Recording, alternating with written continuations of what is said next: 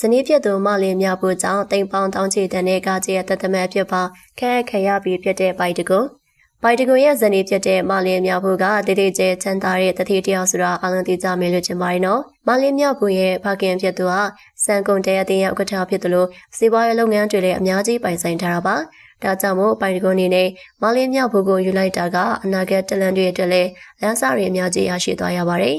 မလေးမြဖို့ရဲ့အတိုင်းဝိုင်းကြောင့်ပိုင်တကူကတတိအတိုင်းဝိုင်းကိုဝယ်ဆက်လာခဲ့တာပါစီးပွားရေးလုပ်ငန်းရှင်ကြီးတွေနဲ့စက်တွေခွင့်တွေအများကြီးရရှိလာခဲ့ပါတယ်ပိုင်တကွန်ကစီးပွားရေးမလုပ်သေးပဲအနုပညာရှင်တွေနဲ့ရည်တည်နေရကြောင်းတခြားအနုပညာရှင်တွေတဲ့အခွင့်အရေးပိုရလာခဲ့တာပါ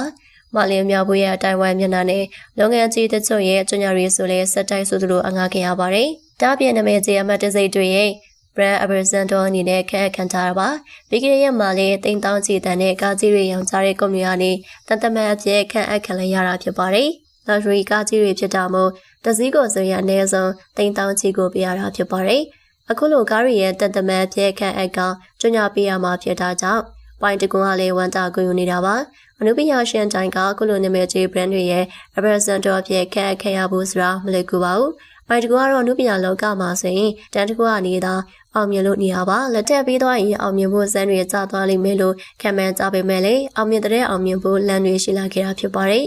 ပိုင်တကွန်ကနှုတ်ခမ်းနေမလေးတွေရဲ့တကယ်နဲ့အားပေးခဲ့တာကြောင့်မင်တာတရားဖြစ်လာခဲ့တာပါဒါကြောင့်မို့လက်ထက်လိုက်ရင်အားပေးမဲ့အမျိုးသမီးတို့မရှိဘဲစမ်းကြမယ်လို့ယူဆကြတာပါ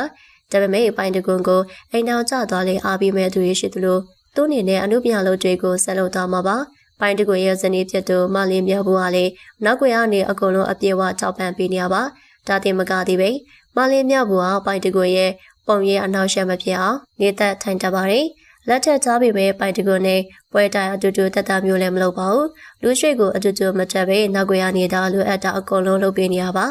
ဒါကြောင့်မို့တခါတလေဆိုပိုင်တကွန်မှာလက်ထက်ထားတဲ့အမျိုးသမီးရှိရဲဆိုတော့အများကမေးနေကြတာပါ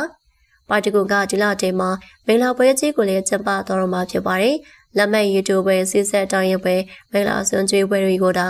လုပ်ထားရတာဖြစ်လို့ဆုလျာရပတ်မင်္ဂလာပွဲကိုကျင်းပတော်မှာဖြစ်ပါတယ်ပိုင်တကွန်တို့ကမင်္ဂလာပွဲကျင်းပမှာကိုတော့အတိမပေးပဲတိတ်တစိတ်တာကျင်းပဖို့စီစဉ်နေရပါမလေးမြဖို့က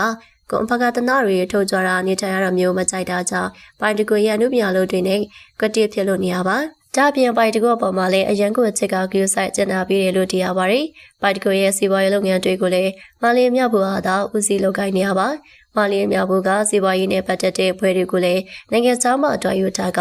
ထက်မြက်တဲ့အမျိုးသမီးတရားဖြစ်ပါတယ်ဘဝတိုးတက်အောင်ဖက်ဖက်ကနေပါရမီဖြည့်ပေးတဲ့မလေးမြဖို့ကိုစနစ်ပြတ်တော်ထားတဲ့ပိုင်တကွန်ကိုကင်ကောင်းတယ်လို့တင်လာဆိုတာပြောပြခဲ့ပါရှင်။ဟုတ်ကဲ့ပါရှင်ဒီနေ့တင်ဆက်ပေးသွားတဲ့အကြောင်းလေးကတော့ဒီလောက်ပါပဲရှင်။နောက်ထပ်လည်းစိတ်ဝင်စားဖွယ်ရာစရိတ်နည်းပညာရှင်တွေအကြောင်းအများကိုချိန်နဲ့ပြင်းညစ်တင်ဆက်ပေးအောင်မှာပြင်လို့အသေးသေးတော်ရီတင်နိုင်မလို့တန်သိရှိနိုင်ဖို့အတွက်ဘီနာချက်ပေးခလောက်လေးကိုလည်းနေထားပေးကြပါအောင်ရှင်။အဆုံးထိအားပေးကြည့်ရှုမှုတက်လည်းကျေးဇူးအများကြီးတင်ပါတယ်။